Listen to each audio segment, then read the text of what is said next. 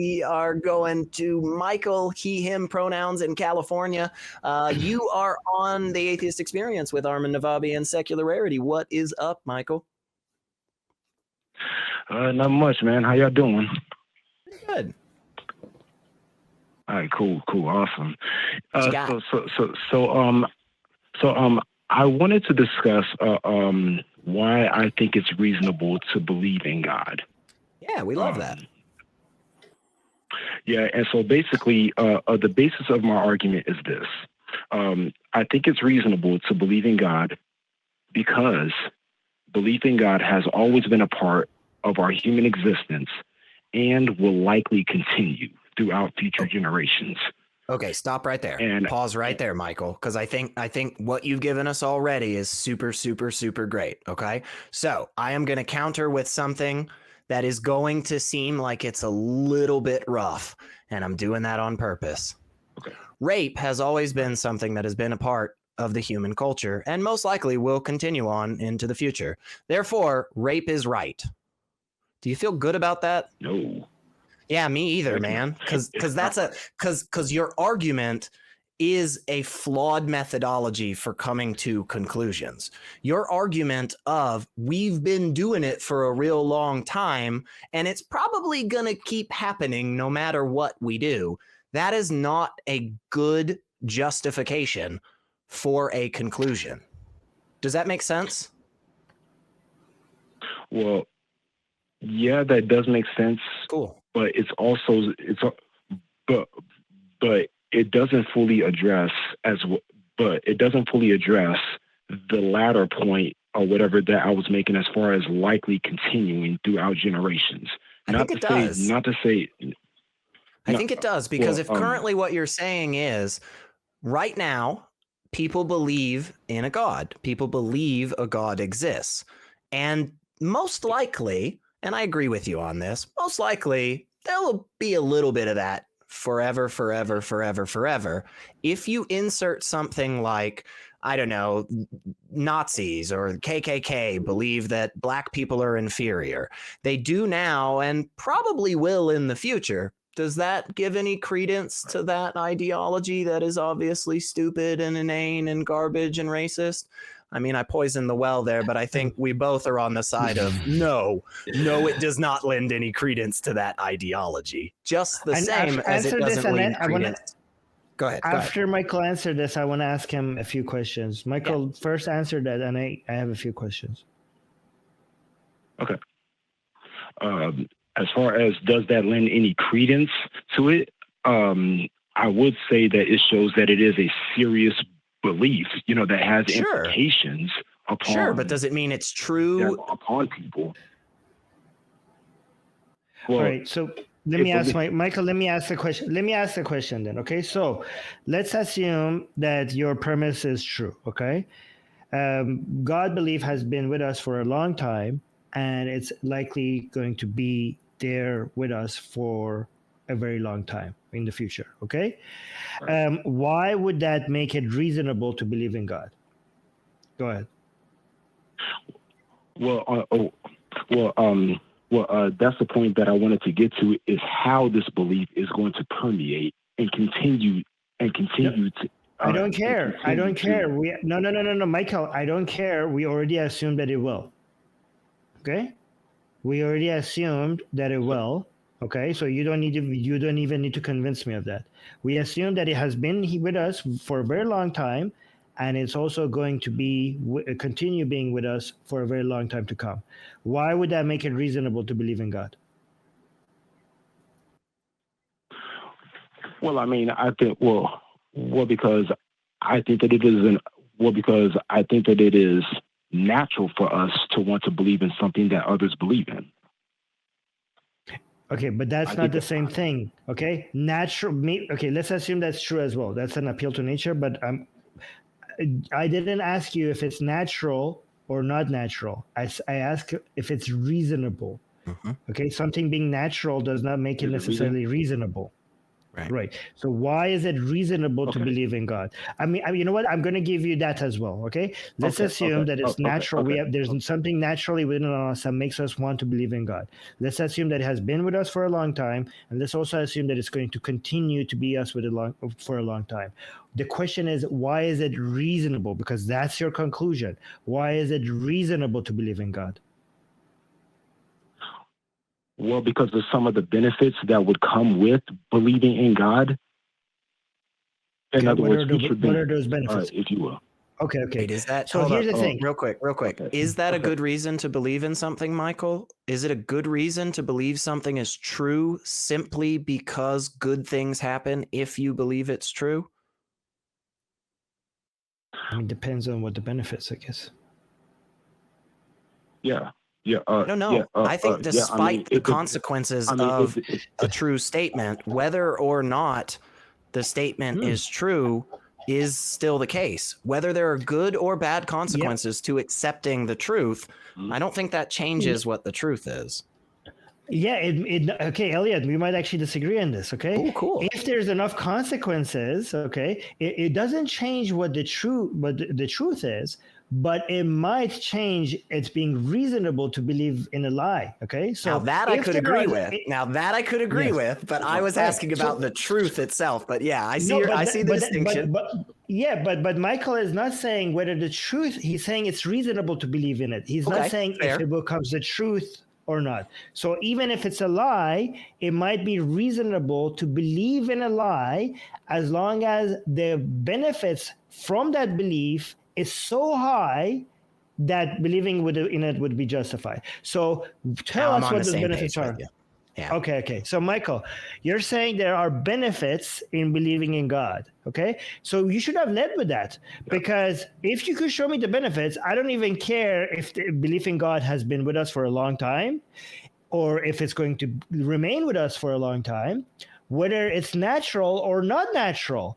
If you could show me enough benefits for belief in God, and even if we could show that the belief in God is a lie, God is a lie, but belief in God is so beneficial that the benefits are so high, I would agree with you that it would be reasonable for us to believe in a God. Tell me what those benefits are. Okay, and this is going to be a stretch, but this is something that was promised to believers, more specifically coming from the Bible.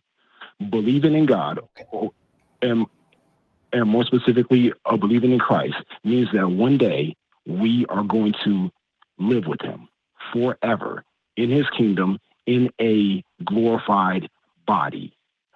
Michael, I agree with you, Michael. I agree with you that if believing in God would get us that, okay, I mean, that doesn't sound very fun, but let's assume that that's awesome, okay? If we got such a higher, let's assume that that's a very high reward, okay? If believing in God would give us such a high reward, then I would agree that believing in God would be justified. But can you demonstrate that we will get that reward?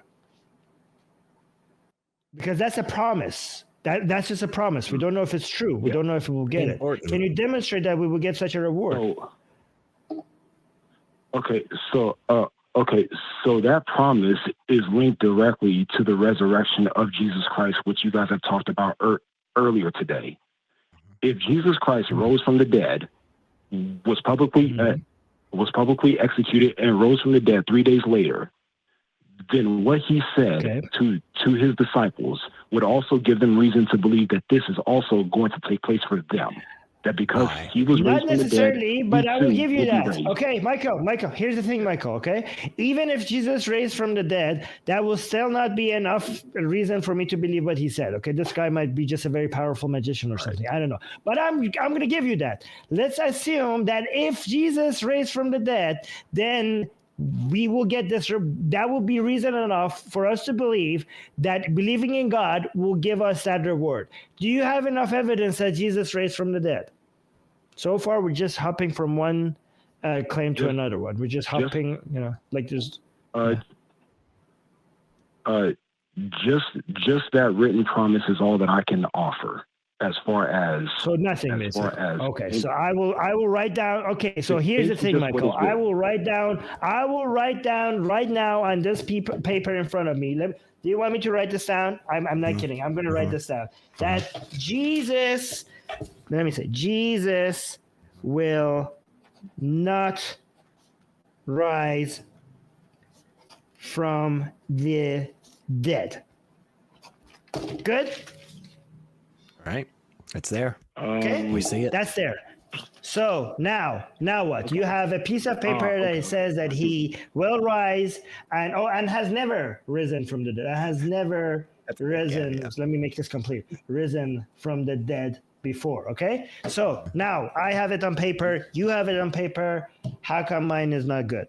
How come your paper is good? Well, because it stands in stark contrast to the eyewitnesses who reported this during his. Oh, wait! I have you there. I got you, Michael. How many eyewitnesses you have? How many eyewitnesses you have? You claim to have? 500, right? Historically speaking, 500. over 500. Yes, over 500. Okay, I will give you. I will do better. I will do 500,000 people witnessed that Jesus stayed dead. You have 500. You have the claim that you don't have 500. You have the claim that you have 500. Okay, I have the claim that I have 500,000 people saw that Jesus remained dead. What do you have now? I wrote it down. Wait. You have the claim that 500,000 people did not see Jesus rise. Saw. Jesus no. I have the claim that 500,000 people saw that Jesus remained dead. Remained dead. He did not remain. Right. Yes. Died, stayed in the ground, never came back. For 5 days at least. They were there 5 days.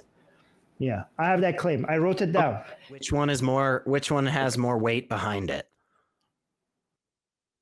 Well, if Jesus died and stayed dead, the least that they would do is preserve his shrine or his tomb because he was a relatively famous figure. So except for the fact that nobody mentioned him. None of the historians he was not famous. Mentioned him. Nobody mentioned him. He became famous. He became famous after. Yes. Michael, you don't know your Christian history. He was an unknown apocalyptic Jew walking around that area yelling about God. Nobody knew him. Yes. Guys. Few people do. It mentions specifically the tomb that was purchased that was used by Jesus himself. Where is Joseph of Arimathea. The tomb? Where is Arimathea? Michael, these are claims. Find me an ancient map that mentions Arimathea, and find me the tomb today. Until you have those things, it doesn't. Even if you could find those, even if you had those, you still have nothing. You have no evidence. I'm just trying to give him. Okay, here's the thing. Even if you had all of those things, okay, they claim that 500 people saw that he raised to the heavens or whatever. You only have that mentioned that 500 people saw it on a paper. That 500 number is just a claim that you could just write down. It's easy to write these things down. Do you guys know how easy it is to claim that I have 500 witnesses? You did it right here, live on air, in front of 900 people, Armin. Yeah. 900 people saw you do that. And you can go question them yourself. There's two numbers. There's the number 500 and there's the number 1. Okay? Christians keep mentioning that 500 people saw Jesus rise, right? They don't mention that this is according to one person. Yeah. Okay? One person said that 500 people saw it. Yeah.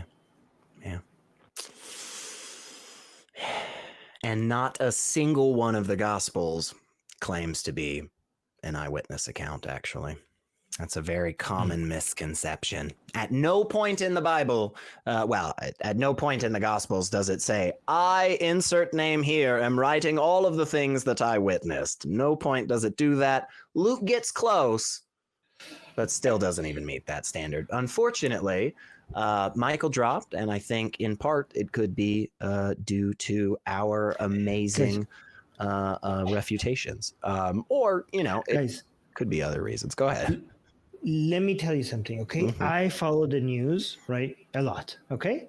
And with all the cameras and with all the, internet and social media, okay?